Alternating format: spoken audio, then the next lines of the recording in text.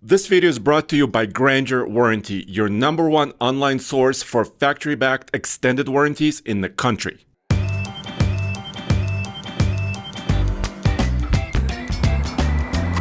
Hey guys, I have a very special TFL Expert Buyer's Guide for you right now. For 2025, the Ram heavy duty lineup has been refreshed. The Cummins engine has seen a lot of updates and more power. There's a new transmission. So here I have a lineup of 3 of them. I have a Tradesman, kind of a more basic and more affordable truck right there with a new Cummins. I have one of the more expensive heavy-duty Rebels with a lot of features, also diesel. And here I have a 3500, so a 1-ton single rear wheel Ram Mega Cab Cummins, and I want to show you how the 3500 compares to some of the more affordable 2500 series trucks in this video right now.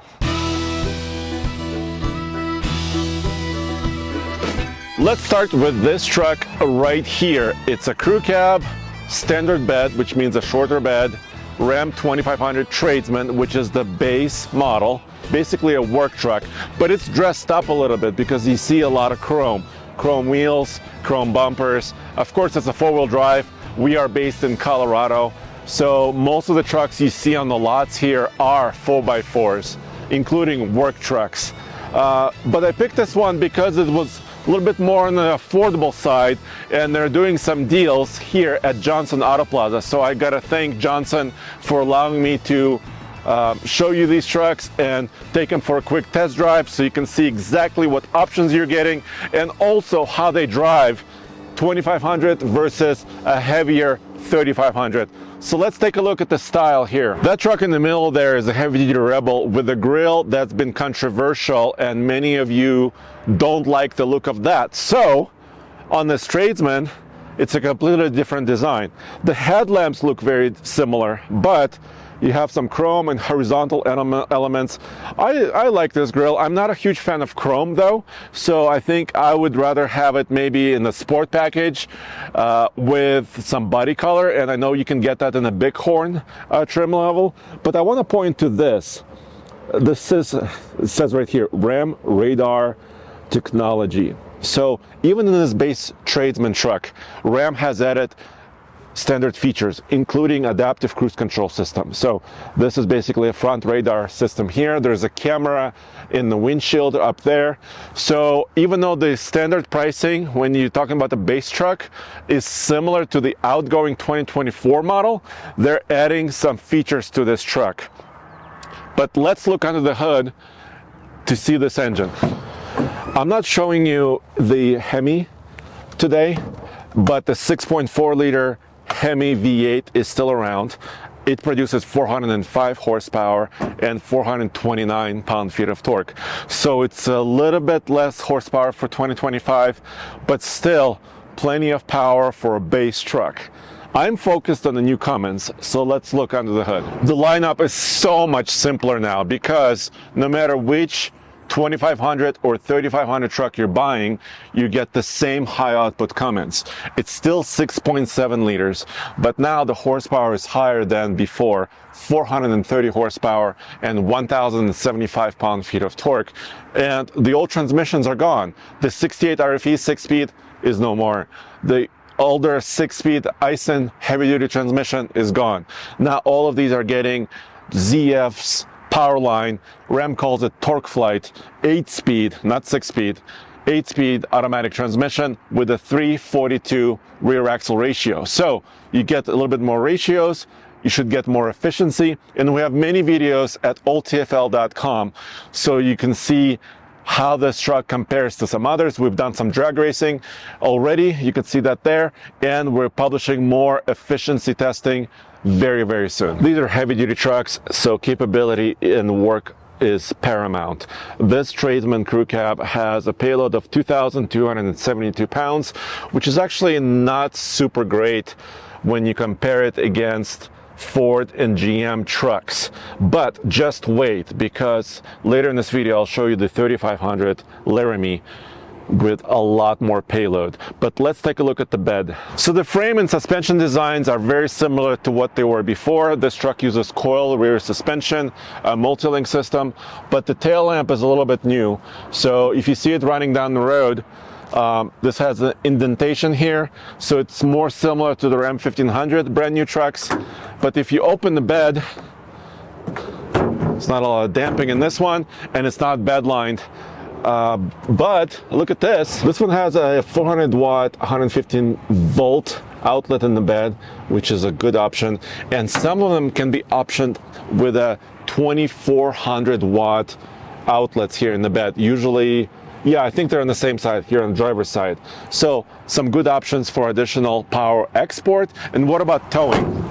The hitch design is very similar to before and still a really good accessible way to do it. Towing ratings are almost 20,000 pounds for these guys with the 4x4 and the 2500 series truck with the Cummins engine. So about 19,800 pounds as far as towing capacity for this truck. Let's look at this work truck interior. The cab size and the cab design really didn't change. It's carryover, but they've done some minor upgrades that I really appreciate. First of all, well, I don't think I need a 12-inch vertical infotainment screen here in a work truck. I think I would be fine with just an 8-inch display, but this is still a great solution, I think, because I have a lot of manual toggles. So I have my exhaust brake, I have my tow haul mode, my parking sensors. By the way, this is still a work truck with just one additional package added to it. I have my trailer brake controller here, my 4-wheel drive controls, easily accessible, and every new Ram heavy duty gets a column shift. No more dials, no more other different shifting solutions. Column shift, traditional and very, I like that. And also, we have another 400 watt outlet right here by the passenger. This is key. I've seen many work trucks without an option like this, but if you're working, if you need to charge up your tools, maybe you have a laptop or a tablet that you need to charge up and do some paperwork on, that's super useful. Sometimes manufacturers forget about work trucks and adding features, but in this one, we have that. So, basic gauges, really nice and simple. Let's take it for a drive. Oh yeah, let the Cummins roll. Yes. So, driving the Tradesman. Before I'll tell you more about this truck, I also want to let you know that this video would not be possible without our friends at Grainger Warranty. GraingerWarranty.com. It's a factory-backed extended warranty that you could purchase either at the time of purchase using their website or sometime after the purchase, so you don't have to do it all at once. They're one of the most popular sellers of extended warranties, so you can save some money, about $1,000, and your truck can be covered, your investment can be covered far into the future. Oh wow, this Cummins is actually spinning its tires. Wow. Actually, this is quite refreshing. This truck feels a little bit more lightweight. It feels almost like a half-ton driving this because it doesn't have a lot of weight kind of in the bed right now. The suspension is set up a little bit maybe on the softer side. This only has about 2,200 pounds of payload, but it will still be enough if you want to pull that 18,000 pound trailer. This truck will do it without breaking much of a sweat. And yeah, it drives quite nice, kind of simple. This is what I like. You're probably wondering about pricing. So the sticker price on this one, and this is one of the lowest prices I was able to find at this big giant dealership, is about $70,000, but there's about $3,400 of either rebates or discounts on this truck. So the final price on this truck, at least right now, this is the beginning of April 2025, is $67,400 approximately. So for under 70K, you're getting a very capable vehicle that is efficient, is very powerful. Now you have this high output diesel in basically a base work truck. You have four-wheel drive. You have a little bit of bling. You have a nice screen. You have some chrome on the outside. So you're getting a lot of that. And if you bedline the bed, what is that? 600, 700 bucks. Bam, you're in business. So I do like this. It's got a 6-person configuration, so you could put in a pinch a third person here in the front bench, and of course 3 in the back. Yeah, I do wish they would have redesigned the cab and the chassis, but I kind of like this ride. It's almost as if Ram 2500 versus Ram 3500 trucks, they're kind of different characters. The suspensions are quite different, payload numbers are different, and just kind of the focus of a truck is different. I'm gonna merge on this highway here. There's quite a short merge lane, so I'm gonna give it the beans a little bit and see how quickly this accelerates to about 60 or 65 miles per hour. Whoa! It's almost drifting. The traction control system came in a little bit, and usually the Cummins is not a high revving engine. I mean, its red line is at about 3,000 RPM, but still so much power. And the transmission just clicks off those shifts like it's nothing. Beautiful transmission. I drove one of these new Cummins trucks actually from Las Vegas to Denver, about 1,000 miles, and I gotta tell you, still quite comfy and relatively efficient, and that video is already published. So I compared it also to a Chevy 2500 with Roman in Moab, Utah. So you can see it all right there. So this might be the best out of the 3, but I still have to look at that 3500 truck and see how that drives, and also the heavy-duty Rebel. But I am liking this one quite a lot.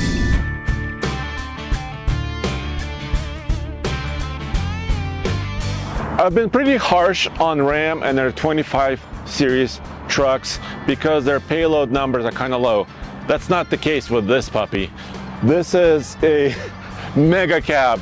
Yes, this extension right here on the crew cab is still around. I'll show you inside in just a moment.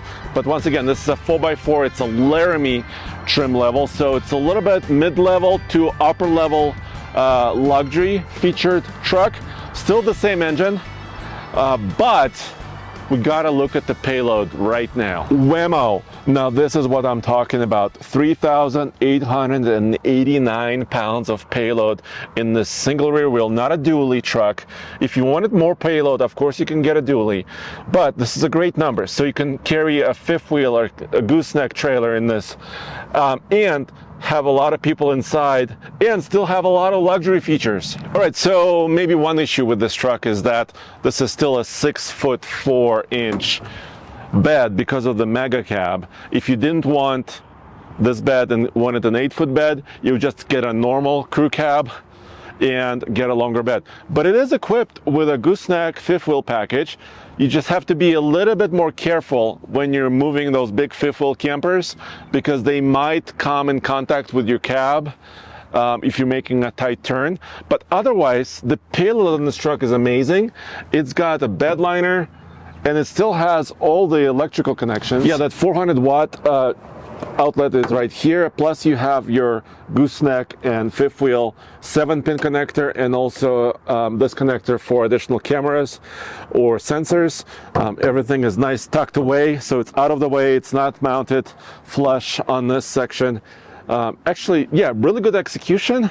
Although I wish they would have offered a larger cab or a new design cab with a longer bed rather than this. And this is why Ram is different. For the 3500 series 1-ton trucks, they're using leaf springs, pretty beefy ones. And that's kind of how they're getting their higher payload numbers. But a lot of their 2500 series trucks use coil springs or airbags as well. Oh yeah, and I wanted to show you the Laramie front grille. Once again, a lot of chrome, but once again, a different design. So if you don't like the Ram Tradesman grille or the heavy duty Rebel grille, here's another option, once again in chrome, but the bumper is painted. So a little bit of both. All right, let's step on the inside. This does have power extending steps, so it's very easy to jump in. And I don't know, Ram still does some of the best interiors. Yes, there's a little bit of slightly hard materials here, but their use of different materials and colors and options and textures, I think is second to none. Just look at these seats. Very soft, very comfortable. I don't know about how they last, 10 years down the road, but I've seen some 10-year-old Ram trucks, and usually their stuff lasts pretty good. This Laramie does come with this digital cluster display, and actually it's one of the better ones when you compare it to GM and Ford. Lots of different options. I have a myriad of different gauge layouts. If you scroll through this, you'll be used to a lot of these different screens. Ram did not change this. I like that. They did not completely reinvent the wheel. The gauges that work are still here. This Laramie has a larger 14.5-inch horizontal display. You still have, just like the 12-inch screen, you have physical climate control buttons. Here's my traction control button right here, but you're losing some of the physical toggles down here. So now my exhaust brake, my tow haul mode are digital buttons down here. Same location now, and my trailer gain is here. I've noticed after driving one of these trucks for a couple of weeks in the heavy duty Rebel that I kind of have to look down to be able to hit this. If this was a physical toggle, I can kind of remember by just memory where it is, but here I have to look down, so this is not my favorite solution. Here in the center console, Ram put dual wireless chargers.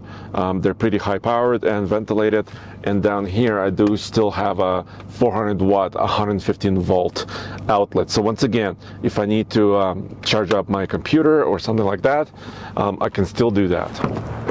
The door opening here is basically the same size as the other crew cabs, but this cab is extended backwards, and it's pretty sweet. So I'm basically sitting behind myself. I have a lever here on the side, so I can go like this. And the entire bottom cushion also moves backwards a little bit. I can get some armrest going. Yeah. This is pretty sweet. There's also a little bit of storage back here. Let me show you. Oh, and by the way, plenty of power options here for the rear passengers as well. Included heated seats are here, but USB-C, USB-A, and 115 volt. All here, easily accessible, and there's vents and cup holders. Nice. So like many of the options the Mega Cab provides, first of all, there's a little bit of storage under the seat. Then you can pull this latch right here by the door, and the entire rear seat folds down flat, and you have an extra space and kind of this gap filler here in the back. So you can put some tools, maybe a duffel bag. There's some hooks on the back wall, child seat anchors, sliding rear window. So there's many different options.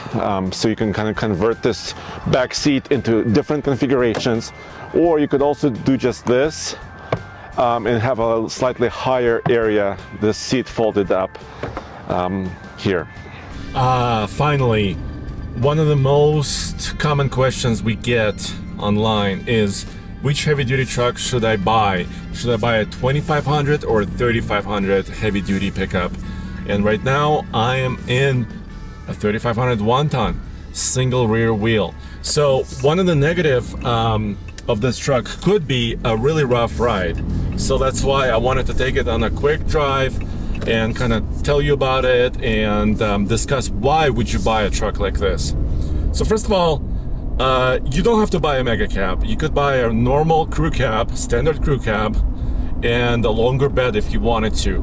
And if you're buying a one-ton truck, Actually, you might just as well do that because you're gonna get an 8-foot bed. You can put a toolbox in there. You could just tow fifth wheels and gooseneck trailers with a little bit more room for maneuvering and turning around.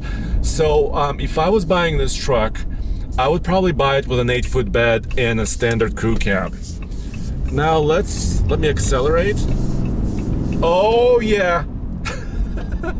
This new Cummins is still here. It doesn't care that this truck weighs a little bit more than that Tradesman work truck. And by the way, I'm on a side road, and there's a lot of different kind of broken pavement and a few potholes. Not huge ones, but you know what? The longer wheelbase of this truck compared to the Tradesman crew cab I just drove, I think helps a little bit. And actually, I could drive this every day. I was a little bit worried. I was looking at some gauges and I saw that tire pressures on this truck, it was just delivered to the dealer. The tire pressures are high. The rears are at about 80 psi, the fronts are about 75 psi. And that's really necessary if you're gonna carry maximum loads. This truck almost has 4,000 pounds of payload. So if that is the case, if you're towing a heavy trailer and you're pushing onto the truck with a lot of weight, you need those tire pressures. If I was running around town without towing, maybe light loads, I could decrease those pressures down a little bit. This is a new design of the wheel, an 18-inch wheel, which I think looks really attractive. So I would decrease my pressures a little bit, get a little bit more cushion on the ride, and I think this could be a good daily driver. Sometimes people write messages and questions to us and they say, I'm kind of nervous buying a single rear wheel 3500 truck because I think, you know, I've been told 1-ton trucks really ride really rough when empty. I gotta tell you, this truck doesn't ride really rough. I mean, it still rides like a truck, like a heavy duty pickup, but it's not jarring. It's not like every hit is coming through my body. I can still feel, yes, there are imperfections in this pavement, but I think it's one of the better riding 1-ton trucks, actually. All right, let me accelerate onto this highway. Also, a tiny drift. We should call this Colorado Drift Series. Well, no, we should not. Actually, I should probably not use so much throttle. Finally, what about price? Okay, so this truck is advertised right now after about $4,300 of discounts and rebates at $86,000. Yes, so this is now in the mid 80s, but this is including the mega cab. This is including a lot of the luxury features I just showed you, and this interior is nice. Let me look at my comfort features. Ventilated seat, heated steering wheel, heated seats. There's heated seats in the back. So if you want those luxury items for your family or your crew or your friends, this truck has it. So if you're traveling across country with a trailer, this could be a quite nice vehicle to be. It is more expensive, of course, by about what, 67 to 86, almost $19,000. This truck costs more than that Tradesman I just drove just a couple minutes ago. So you got to consider that. But the ride here is quite nice, and you have almost double the payload. So I think that's crucial for a heavy duty pickup. Extra payload is very important.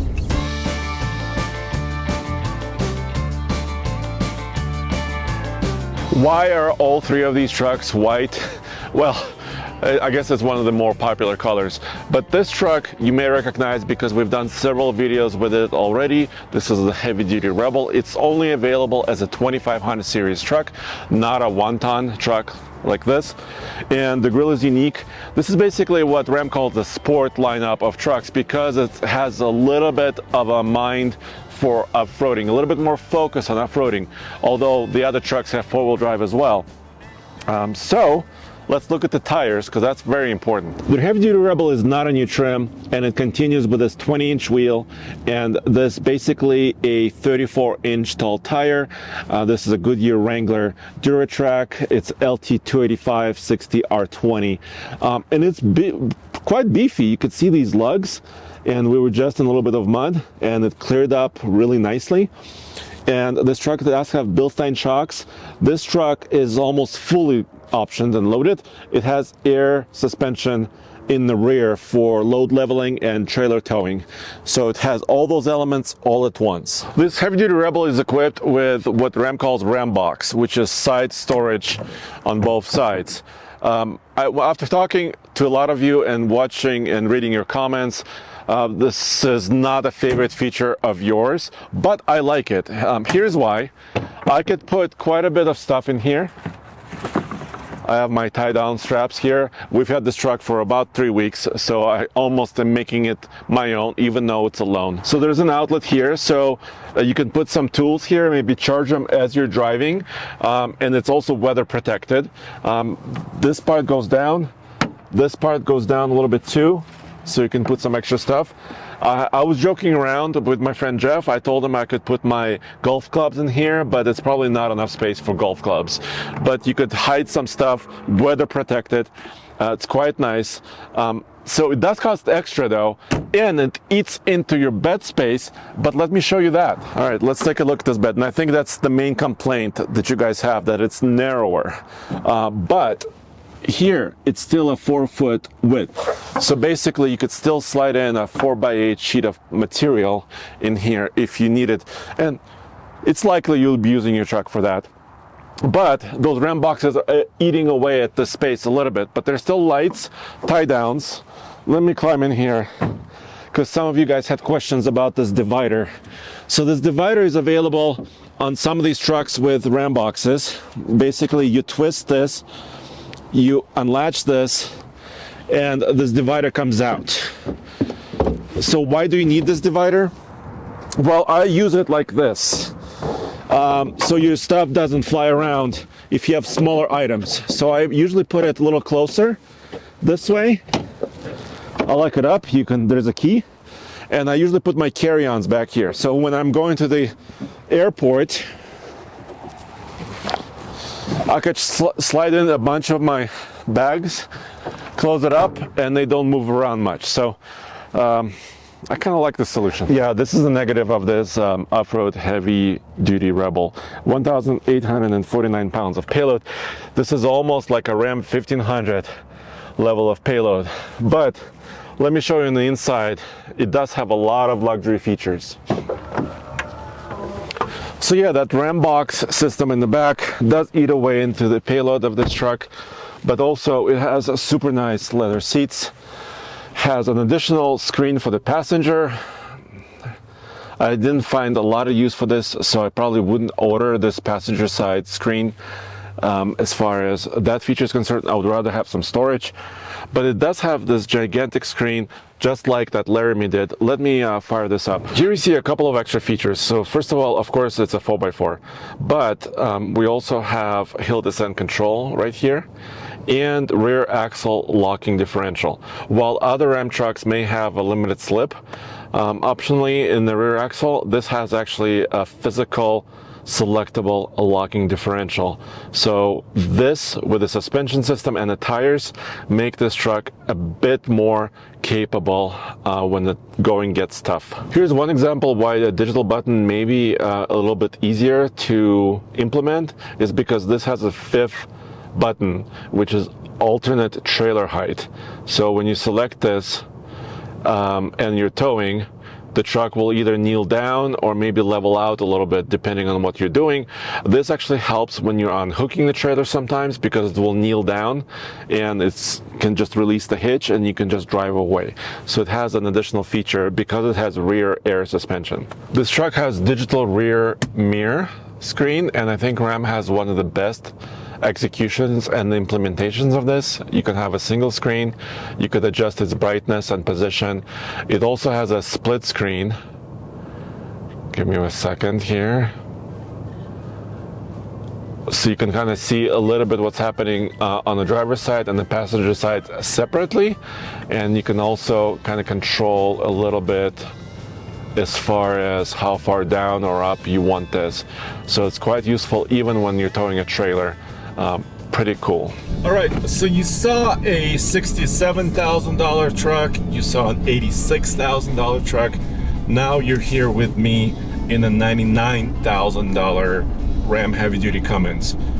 So yeah, we're approaching six figures, basically 100K. This truck does not belong to the dealer. This truck is a loan from Ram themselves.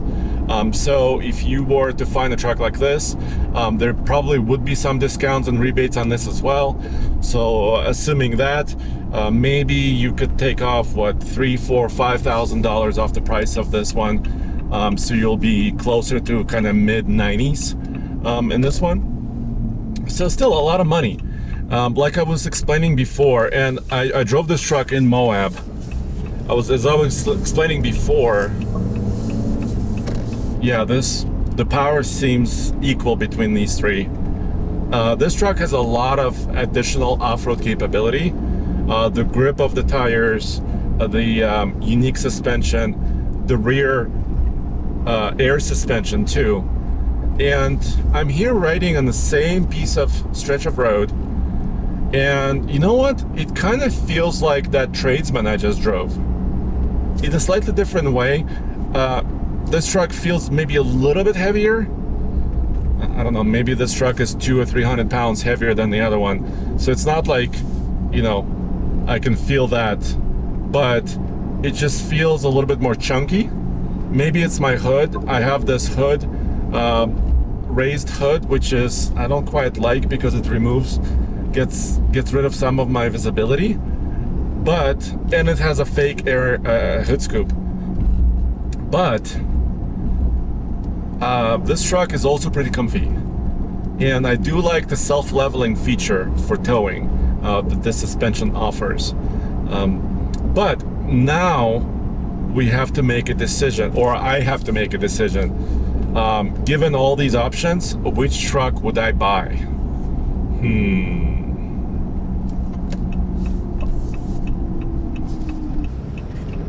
Accelerating. Oh yeah, almost sideways once again.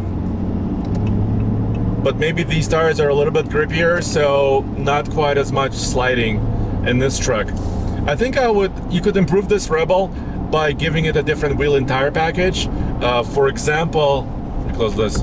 For example, you could do a 18-inch wheel with a larger sidewall tire, and I think that would be my preference for this Rebel. But which truck would I buy? I think I'm leaning towards that Tradesman actually, because it had a lot of the features that I value.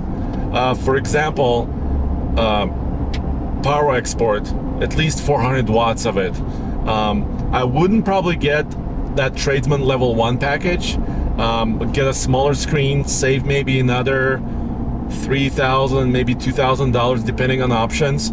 And get into that truck, which also rode really well. It had about 2,200 pounds of payload. Oh, payload. What if I did this? What if I did Ram 3500, but a Tradesman with a similar option package? That might be also around 70 grand, because the difference between a 2500 and a 3500 is only about $1,000. So maybe I could do that. And that would be my choice, because I don't need a lot of the fancy stuff, a lot of the fancy features. So I think getting a Tradesman, saving some money, and still having a very capable truck. So yeah, that's my final call. It would be a Ram 3500 Tradesman with just a couple of options to make it very similar to that 2500 truck you just saw. Let me know what you think in the comments below. Check out all of the TFL videos at alltfl.com. One place, all 8 channels. You could find the latest news right there. Thanks for joining me on this one. I'll see you next time.